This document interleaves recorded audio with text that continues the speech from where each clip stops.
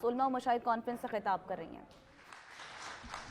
اور میں یہ سمجھتی ہوں کہ جو فعال کردار آپ لوگ ادا کر سکتے ہیں، آپ لوگوں کو بات کرنی آتی ہے، آپ لوگوں کو آپ کی بات میں اثر ہوتا ہے، لوگ آپ کی بات کو غور سے سنتے ہیں، معاشرے میں آپ کا ایک مقام ہے، آپ کا ایک احترام ہے، آپ سے لوگوں کو مذہب کی وجہ سے، دین کے نام پر، اسلام کے نام پر آپ سے لوگوں کو عقیدت ہے، تو آپ جب بھی بات کرتے ہیں تو میں بھی سنتی ہوں اور ہمارا معاشرہ بھی سنتا ہے، لوگ بھی سنتے ہیں، تو ہمارے معاشرے میں آپ سب کی بہت قدر و منزلت ہے۔ اس کی وجہ یہ ہے کہ ہمارا جو ملک ہے یہ اسلام سے محبت کرنے والا ہے، دین سے محبت کرنے والا ہے، اور جو اس کے داعی ہیں، جو اس کے پرچار کرتے ہیں، جو اس کا نام لیتے ہیں، ہم لوگ ان سے بھی محبت کرتے ہیں، ان سے بھی عقیدت رکھتے ہیں۔ تو میرا خیال ہے کہ اس کے ساتھ ساتھ آپ پہ بڑی ایک بھاری ذمہ داری بھی عائد ہوتی ہے، اور وہ یہ ہے کہ کیونکہ آپ علم رکھنے والے لوگ ہیں، آپ آواز رکھنے والے لوگ ہیں، آپ کی آواز جیسے کہ میں نے پہلے کہا کہ سنی جاتی ہے، تو معاشرے میں اس وقت جس قسم کی تقسیم کا جو ہمارا معاشرہ شکار ہے، جس قسم کی تنزلی کا ہمارا معاشرہ شکار ہے، جس قسم کے حالات اس وقت پاکستان جو ہمارا ملک ہے، ہماری سرزمین ہے، ہماری مٹی ہے، ہماری جائے پناہ ہے، ہم نے اسی مٹی میں واپس جانا ہے، تو اس ملک عظیم کو آج جس قسم کے مسائل کا سامنا ہے، جس قسم کے فتنوں کا سامنا ہے، تو اس کا جو مقابلہ ہے وہ آپ سب کی مدد کے بغیر اور آپ سب کی آواز بلند کیے بغیر ممکن نہیں ہے۔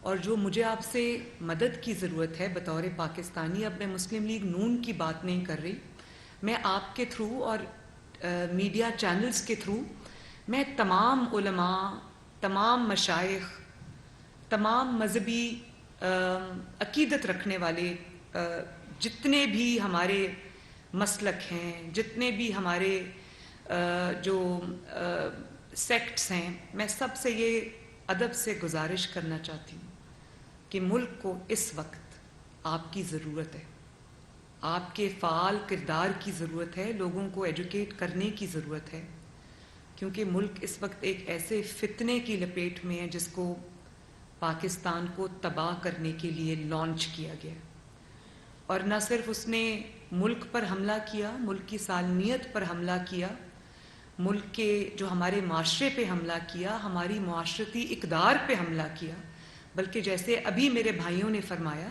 کہ انہوں نے ہمارے مذہب پہ حملہ کیا، اور مذہب پہ حملہ، ملک کی سالمیت پہ حملہ، آپ کے معاشرے پہ حملہ، آپ کے جو ملک کے اوپر آپ کے اس کے اوپر حملہ جو ہے، وہ یہ کام کوئی دشمن بھی نہیں کر سکتا۔ تو یہ اب ہمارے پاس ایسے شواہد نہیں ہیں، ہمارے پاس پچھلے کئی سالوں میں اس قسم کے واقعات ہوئے ہیں جس میں ہم فورن فنڈنگ سے شروع ہو جائیں کہ فورن فنڈنگ ایسے دشمن ممالک سے اس فتنے کو ہوئی ہے، اور پھر جو سہولت کاری اس کو میسر کی گئی ہے، اس کی جڑوں کو مضبوط کیا گیا ہے، وہ اپنے آپ نہیں ہوا، یہ ایک بہت بڑی سازش ہے پاکستان کے خلاف، جس سازش کا چہرہ یہ فتنہ ہے جس کا نام عمران خان ہے۔ اور اب اگر مذہب کے اوپر مذہب سے میں شروع کروں تو میں کسی پہ کوئی مذہبی اٹیک نہیں کرنا چاہتی، مذہب ہم سب کا اللہ تعالیٰ کے درمیان اور ہمارے درمیان ایک معاملہ ہے جس کو میں سیاست کے لیے استعمال نہیں کرنا چاہتی، لیکن جب مذہب کا نام استعمال کر کے کوئی سیاست کرے، سیاست کے لیے کوئی مذہب کا نام استعمال کرے، اس سے بڑا جرم کوئی نہیں۔ اور پچھلے کئی سالوں میں نے دیکھا کہ صرف سیاست کو اپنے حق میں استعمال نہیں کیا گیا، سیاست کو اپنے مخالفین کو پچھاڑنے کے لیے، ان کو تکلیف پہنچانے کے لیے، ان کو ضرر پہنچانے کے لیے مذہب کا استعمال کیا گیا۔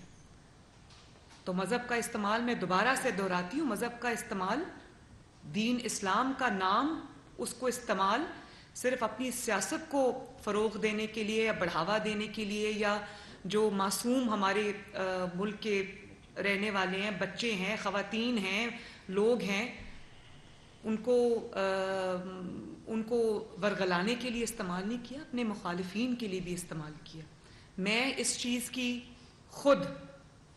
چیز سے گزر چکی ہوں. آپ کو یاد ہوگا جب میری والدہ کلثوم نواز شریف اللہ تعالیٰ ان کو جنت الفردوس نصیب کرے، جب ان کا الیکشن تھا اور ہم این اے 120 ہوا کرتا تھا لاہور سے، وہاں پر یہ الیکشن لڑ رہے تھے، تو میں ان کی، کیونکہ وہ بیمار ہو گئیں تو میں ان کی الیکشن کیمپین چلا رہی تھی. پرویز رشید صاحب یہاں بیٹھے ہیں، تشریف فرمائیں، اور بھی طلال چودھری صاحب یہاں پہ تشریف فرمائیں، میرے دائیں بائیں جو علماء مشائخ ونگ کے حضرات موجود ہیں، یہ بھی میرے ساتھ میری والدہ کی کیمپین میں تھے. اس وقت ہمارے پر ایک بہت دردناک اور تکلیف دہ الزام لگا جو مذہب کے حوالے سے تھا. میں اس کو دہرانا بھی نہیں چاہتی. اور اس وقت میری والدہ کے مقابلے میں یاسمین راشد صاحبہ، ڈاکٹر یاسمین راشد صاحبہ الیکشن لڑ رہی تھیں. انہوں نے اس نعرے کا بھرپور استعمال کیا، اور مجھے اچھی طرح یاد ہے کہ جب گلیوں میں این اے 120 کی ہم کیمپین کیا کرتے تھے، میں کرتی تھی، تو مساجد سے ہمارے پر اٹیکس ہوتے تھے، اور مجھے اس بات کی تکلیف ہوتی تھی کہ میں اپنے کوئی مذہبی کریڈینشلز یہاں بتانے نہیں آئی. ہم سب لوگ جو ہیں وہ دین سے پیار کرنے والے لوگ ہیں، نبی اکرم صلی اللہ علیہ وآلہ وسلم سے محبت اور عشق کرنے والے لوگ ہیں. تو جب اس قسم کا الزام ان پر لگایا جائے گا تو کتنی تکلیف کا باعث ہوگا. تو وہ بل بورڈز لگائے گئے، وہ بینرز لگائے گئے پورے این اے 120 میں، اور وہاں سے اس کیمپین کو لیڈ کیا عمران خان نے، اور اس کے ساتھ ایک مذہبی جماعت کو ملایا، جن کو بعد میں خود عمران خان کی حکومت میں مسجدوں میں، مساجد میں گھس کر شہید کیا گیا. اس طرح سے یہ ایک خطرناک کھیل جو ہے وہ رچایا گیا. ہم پر جب الزامات لگے تو نواز شریف صاحب کی طرف جوتا اچھالا گیا، اور وہ ایک مذہبی تقریب میں موجود تھے. یہ گھنونا اور بہت ہی خطرناک کھیل کا آغاز یہ تب ہوا جب سیاسی طور پہ یہ نواز شریف صاحب کو نقصان نہیں پہنچا سکے، عدالتی طور پہ نواز شریف صاحب کو نقصان نہیں پہنچا سکے، تو پھر انہوں نے مذہب کا سہارا لیا. خواجہ آصف کے، آپ کو سب کو یاد ہوگا، خواجہ آصف کو میں ذاتی طور پہ خواجہ آصف صاحب کو جانتی ہوں. میں ذاتی طور پہ اپنے خاندان کو جانتی بھی ہوں، دیکھتی ہوں. اسی ماحول میں میری پرورش بھی ہوئی ہے. ہمارے گھر میں محفل میلاد کا انعقاد کیا جاتا ہے، اور وہ مجھے تفصیلات میں جانے کی ضرورت نہیں ہے، لیکن دنیا جانتی ہے.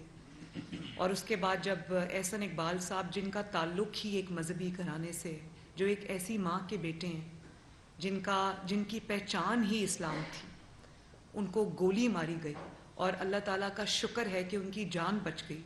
ان کی کوہنی پہ چوٹ لگی اور گولی لگی، اور جس کی وجہ سے وہ بہت دیر اسپتال میں داخل رہے. تو مسلم لیگ نون نے تو یہ برداشت کیا. اور آپ دیکھیں یہاں پر بات نہیں رکی. جب اپنی حکومت آئی تو ایک نیا مذہب جس کا نام اسلام تھا، اس کا لبادہ اسلام کا اوڑا تھا، لیکن ایک نیا مذہب جس کے اندر جادو، ٹونا، جھاڑ پھونک اور وہ کالی دال اپنے جسم پہ مل کے بیٹھ جانا، اور جنات کی باتیں، اور جو پاکستان کے اندر جو سب سے کی اپوائنٹمنٹس ہیں وہ اس نام سے شروع ہونی چاہیے، وہ اس نام پہ ختم ہونی چاہیے. کسی ایسے گھر میں نہیں جانا جہاں پہ فوتگی ہو گئی ہو یا جہاں پہ میت پڑی ہو. یہ ایک نئی قسم کا اسلام ہم نے دیکھا جو گمراہ کن ہے.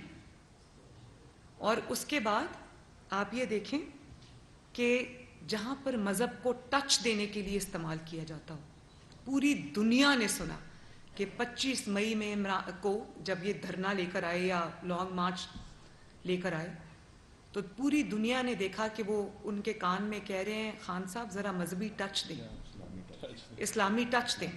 تو جہاں اسلام کو یا مذہب کو ٹچ دینے کے لیے استعمال کیا جاتا ہو تو آپ اس کے جو پیچھے مقاصد ہیں وہ خود بخود قوم کے سامنے عیاں ہو جاتے ہیں.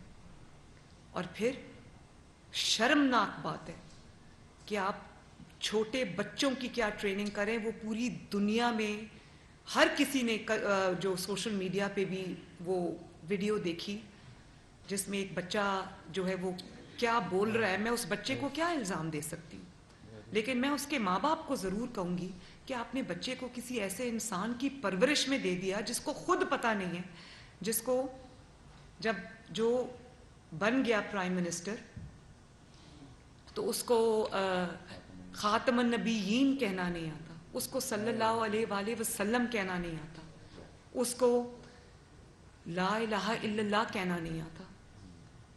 اور جو اس قسم کی, اب مجھے ابھی پتہ چلا کہ جب جے آئی ٹی گئی زمان پاک میں تو وہ کالے بکروں کے حصار میں وہ جے آئی ٹی کو بھی بٹھایا گیا. اور وہ یہ میں اوتھینٹک آپ کو خبر دے رہی ہوں, کالے بکروں کو جب تک وہاں پر جے آئی ٹی موجود رہی وہ کالے بکروں کو وہ گھماتے رہے اس طرح سرکل کے اندر. اور جہاں پر مرغیاں جلائی جاتی ہوں, لوگوں کو کھانے کو سبزی اور دال نہیں ملتی ہے, وہاں پہ چھتوں پہ ٹنوں کے حساب سے مرغیاں جلائی جاتی ہیں. اور سمندر کے پاس نہیں جانا, پانی کے قریب رہنا ہے, خشکی سے دور رہنا ہے, اس قسم کی جو اسلام ہے.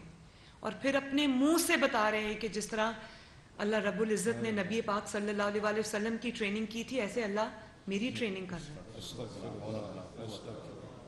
کوئی مسلمان چاہے وہ جتنا بھی نیک ہو, میں نے بہت بہت نیک مسلمان بھی دیکھے ہیں, کسی نے کبھی یہ دعویٰ کیا, کوئی عالم دین آپ اٹھا کے لے آئیں, چاہے وہ دنیا کے کوئی سب سے بڑے ایسے ملک سے ہو جہاں پر اسلامی نظام نافذ ہے, عالم دین وہ جتنا بڑا عالم دین ہوگا وہ اتنا زیادہ جو ہے وہ ہمبل طبیعت کا ہوگا.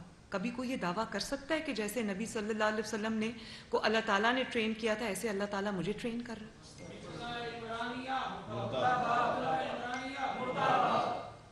تو جو چیز ہمارا دشمن نہیں کر سکا ہمارے ساتھ, وہ اس فتنے کو لانچ, ایک نئی طرح کا جو مذہب ہے وہ ہمیں دیکھنے کو مل رہا ہے. اور بات ہو, آپ دیکھیں کہ کیا کہوں میں, کیا الفاظ استعمال کروں, شرم آ جاتی ہے. بات ہوتی ہے ریاست مدینہ کی, اور ریاست مدینہ کے دائیوں نے, ریاست مدینہ کا نام لینے والوں نے, اول تو کوئی دنیا کی ریاست یہ دعویٰ کر سکتی ہے کہ ہم ریاست مدینہ بنانا چاہتے ہیں؟ آپ جانتے بھی ہیں ریاست مدینہ کیا تھی, آپ جانتے بھی ہیں ریاست مدینہ کن اللہ تعالیٰ کے چنے ہوئے لوگوں نے بنائی تھی, اور وہاں پر کیا نظام رائج تھا. اس پہ میں ابھی آتی ہوں آپ کے ساتھ, میں اس پہ بات کرنا چاہتی ہوں اور پاکستانی قوم سے بھی یہ بات کرنا چاہتی ہوں. اور پھر آپ یہ دیکھیں کہ جب ریاست مدینہ کی آپ نے بات کی, آپ نے مدینہ میں جب شہباز شریف صاحب اپنا ڈیلیگیشن لے کر گئے ہوئے تھے, آپ دیکھیں آپ نے کتنی شرمناک حرکت کی وہاں جہاں پر یہ حکم ہے اللہ تعالیٰ کی طرف سے, اللہ کی طرف سے حکم ہے کہ میرے محبوب کے دربار میں اپنی آواز بلند نہ کرو, یہ نہ ہو کہ تمہارے اعمال ضائع ہو جائیں. تو جب میں کبھی عمرے کے لیے جاتی تھی اور کبھی روضہ مبارک کے سامنے کھڑے ہو کے اونچی آواز سے کبھی کوئی درود شریف پڑھا کرتی تھی, تو میری والدہ کہتی تھی کہ یہ بھی آہستہ آواز میں پڑھو. نبی صلی اللہ علیہ وآلہ وسلم کی آواز سے اپنی آواز بلند نہیں کرنی, یہ اللہ کا حکم. اور وہاں پہ آپ نے مریم اورنگزیب کو گالی نکالی حرم کے حدود کے اندر, اور وہ ان کے بال کھینچے. اور اس کے بعد آپ کا کیا خیال ہے کہ وہ لوگ کون تھے؟ وہ پلان طریقے سے بھیجے ہوئے لوگ تھے جن کو کہا گیا کہ وہاں جا کر آپ نے یہ کام کرنا ہے. آپ اپنے سیاسی اختلاف میں اتنے آگے بڑھ گئے کہ آپ کو حیا نہیں آئی, کہ آپ کو یہ بھی بھول گیا کہ آپ کس جگہ پہ کھڑے. اس دن سے ان کا زوال شروع ہوا, اس دن سے ان کا زوال شروع ہوا.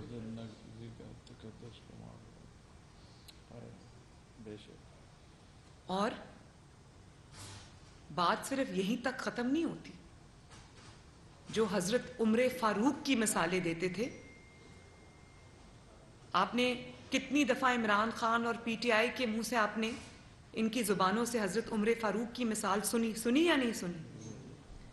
تو حضرت عمر فاروق کی مثال جب آپ دیتے تھے کہ وہ تو اپنی ایک چادر کا بھی حساب دیا،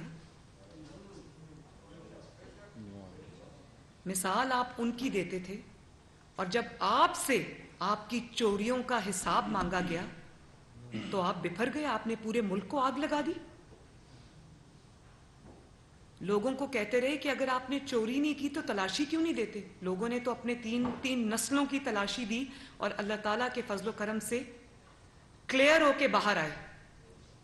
سب سے پہلے تو انسان یہ سوچے کہ ہمارے دین کے اندر جھوٹ اور بہتان کی کتنی بڑی سزا ہے. یہ تو اکیلا میں یہ آپ کو آج دعوے سے کہہ سکتی ہوں، اس کے باقی سارے گناہ آپ ایک طرف رکھ دیں، اگر یہ جو نواز شریف صاحب پر اوروں پر جو جھوٹے الزام اس نے چوری کے ڈاکے کے لگائے، یہ تو اکیلا انہی کا حساب نہیں دے سکتا.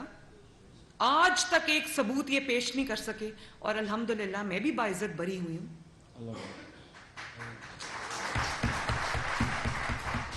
لیکن جو آپ نے جھوٹے الزام لگائے اس کا حساب کون دے گا؟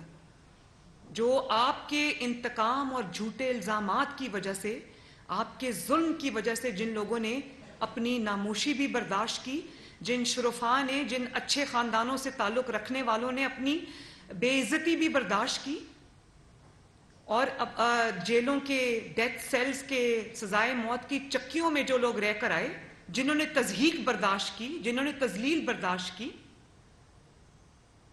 تو آسمان کا نظام آج حرکت میں آیا ہے. ظلم کا جواب، اگر ظلم کا حساب میں نہیں لوں گی، میں انتقام میں یقین نہیں رکھتی، لیکن جو آسمان کا نظام، اللہ تعالیٰ کا نظام، قدرت کا نظام، جس کو مکافات عمل کہتے ہیں، آج آپ دیکھ رہے ہیں کہ پوری دنیا میں دنیا دیکھ رہی ہے کہ یہ کسی انتقام کا شکار نہیں ہوئے، کسی ظلم کا شکار نہیں ہوئے، کسی نے ان کے اوپر جھوٹے مقدمے نہیں بنائے، سب مقدمے ان پر سچے ہیں. اور اس کا ثبوت یہ ہے کہ جب آپ کو کوئی عدالت بلاتی ہے کہ آؤ اپنے الزامات کا جواب دو، یہ جاتے ہی نہیں، یہ دوڑ جاتے ہیں. یہی اس بات کا ثبوت ہے. جو سچا ہوتا ہے وہ نواز شریف صاحب کی طرح سینہ تان کے ڈٹ کے عدالت میں پیش ہوتا ہے، بیٹی کا ہاتھ پکڑ.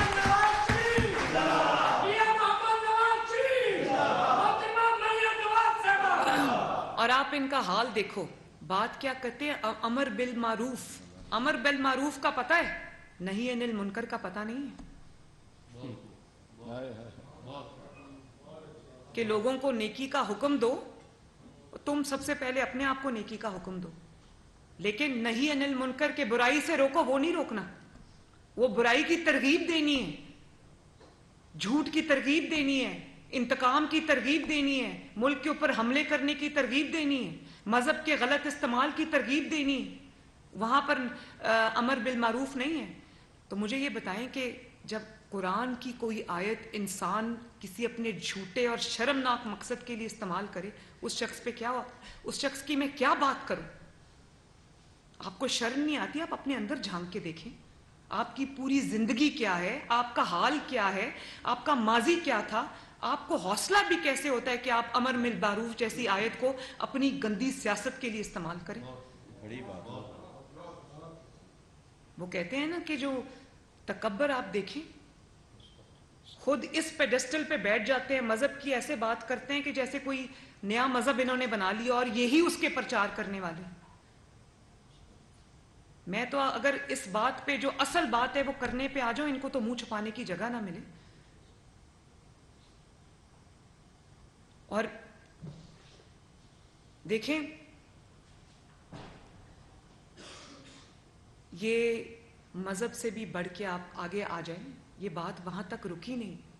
انہوں نے خواتین کو جس طرح اپنے لیے استعمال کیا، جس طرح نوجوان نسل کو اپنے لیے استعمال کیا، لوگوں کے بچے شہید کرائے، اپنی بیوی اور اپنی جو سب گھر والی ہیں وہ سب گھروں میں بیٹھی ہوتی ہیں، اپنے بچے لنڈن ہیں، اور مار کون کھاتا ہے باہر کھڑے ہو کے؟ اب مجھے دیکھیں جن کے اوپر یہ اسپیشل عدالتوں کے مقدمے بن رہے ہیں، یا آرمی کورٹس کے جن کے اوپر مقدمے بن رہے ہیں، جن کی گرفتاریاں آج ہو رہی ہیں، وہ کون ہیں؟ ان میں سے ایک بھی کوئی عمران خان کا رشتہ دار ہے؟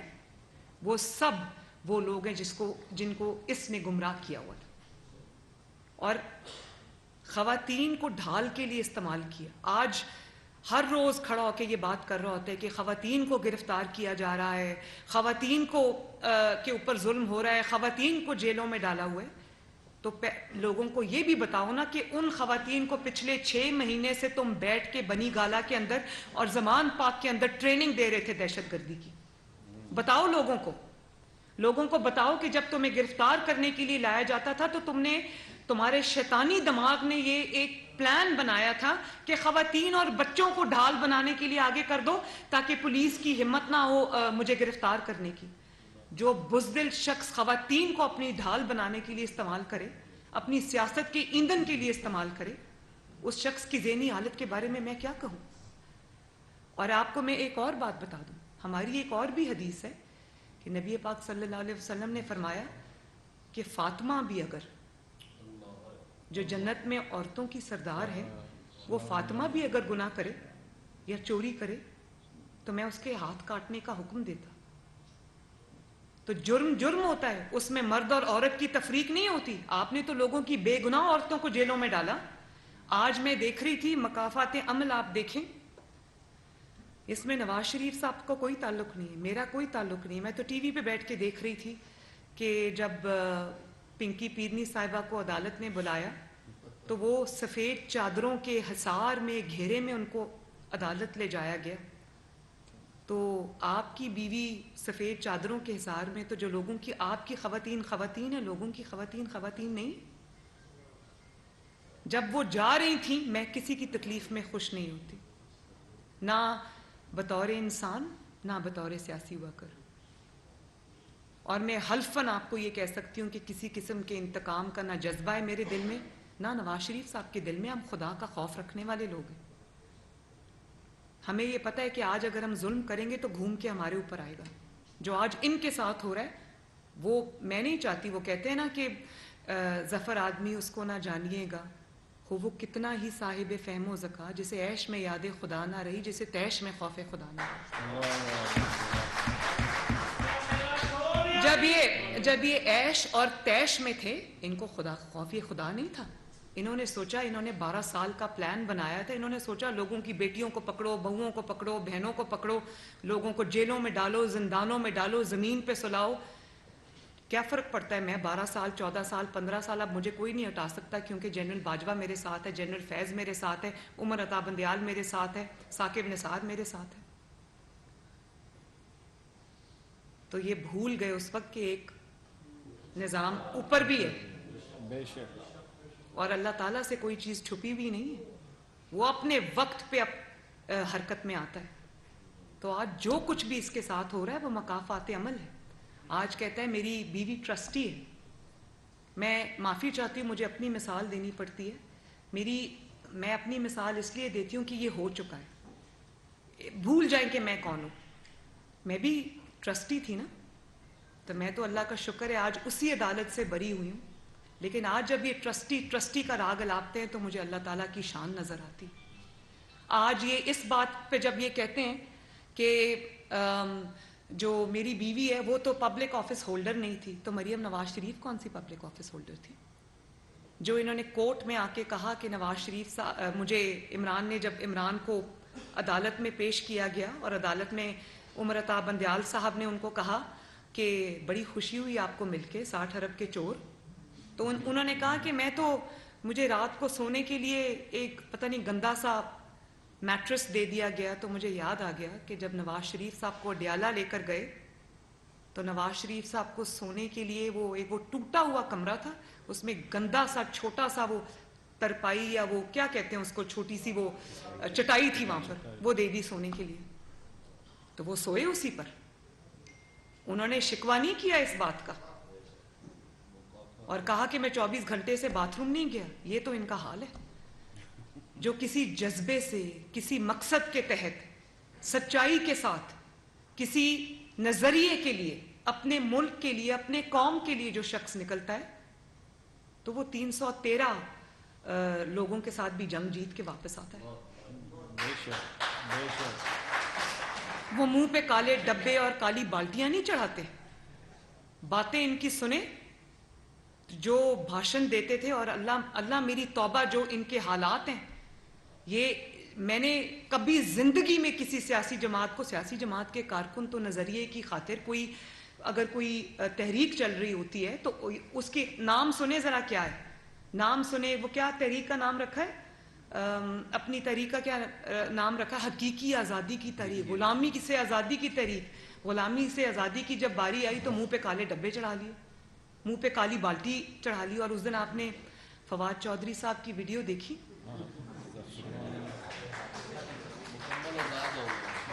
کوئی جا کے اسٹریچر پہ لیٹ جاتا ہے، کوئی آکسیجن ماسک لگا لیتا ہے، کوئی ایمبولینس میں جا کے بیٹھ جاتا ہے۔ اور میں تو اس دن حیران ہو گئی تھا کہ عدالت نے ضمانت دی ہے ایک اور چور کو، پھر میں نے سوچا ضمانت نہ ملی ہوتی تو دنیا دیکھتی کہ آج کس طرح سے وہ بھاگ کے عدالت کے اندر جا کے چھپ گئے اور ہکلاتے ہوئے، زبان باہر آئی ہوئی، اور برا حال ان کا، پانی کی ضرورت پڑ گئی۔ تو مجھے یاد آئے وہ لوگ جو تمہارے انتقام کا شکار تھے، لیکن انہوں نے کس طرح سے حوصلے کے ساتھ، اللہ تعالیٰ کے دیے ہوئے حوصلے کے ساتھ انہوں نے جیلیں کاٹی، تمہارے انتقام کا سامنا کیا۔ میں تو پہلے ہی کہتی تھی کچھ نہیں، اگر آتا نہیں ہے تو مسلم لیگ نون سے سیکھ لو، ہم سے سیکھ لو، فری مشورہ ہے۔ ایک دن 6 مہینے میں ایک دفعہ جیل میں رہی ہوں، 5-4 مہینے ایک دفعہ جیل میں رہی ہوں، ہم تو نہیں روئے کہ ہم باتھ روم نہیں گئے، ہمیں ٹوٹی ہوئی چٹائی مل گئی، چارپائی مل گئی، گدا مل گیا، ہمیں باپ کے سامنے جیلوں سے گرفتار کیا گیا، ہم تو نہیں دوڑے وہاں سے۔ اور وہ شرم کی بات ہے کہ جن عدالتوں کو مجرموں کے لیے سزا پانے کی جگہ ہونا چاہیے تھا، وہ عدالتیں آج مجرموں کی پناہ گاہیں بنی ہوئی ہیں۔ پہلے فواد چودھری صاحب کو جب گرفتار کرنا تھا، یہ رات تک سپریم کورٹ کی عدالت کے اندر چھپ کے بیٹھے ہوئے تھے، کسی جج نے نہیں کہا کہ یہ مجرموں کی پناہ گاہ نہیں ہے، نکلو یہاں سے، باہر جاؤ اور اپنا جو مقدمہ لڑنا ہے لڑو۔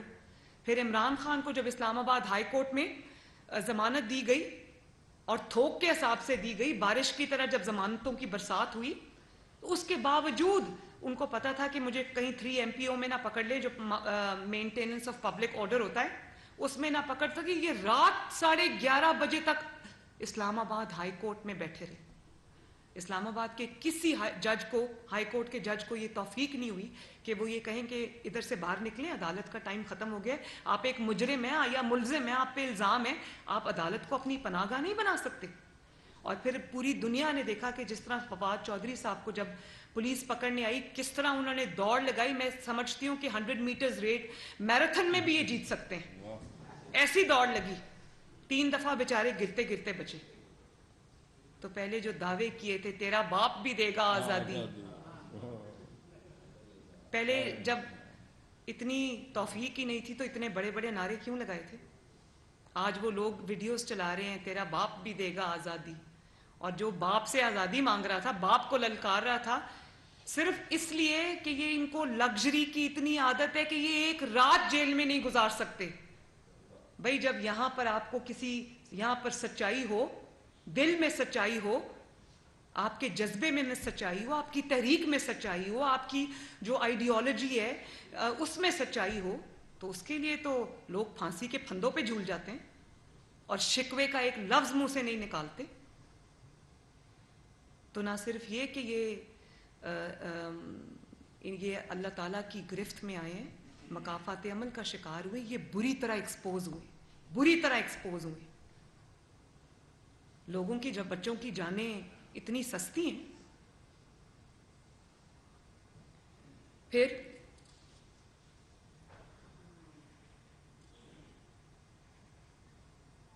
آپ یہ دیکھو کہ اسلام کیا کہتا ہے منصفوں کے بارے میں۔ ایک حدیث ہے نا جس میں 3 طرح کے ججز کے بارے میں بتایا ہوا ہے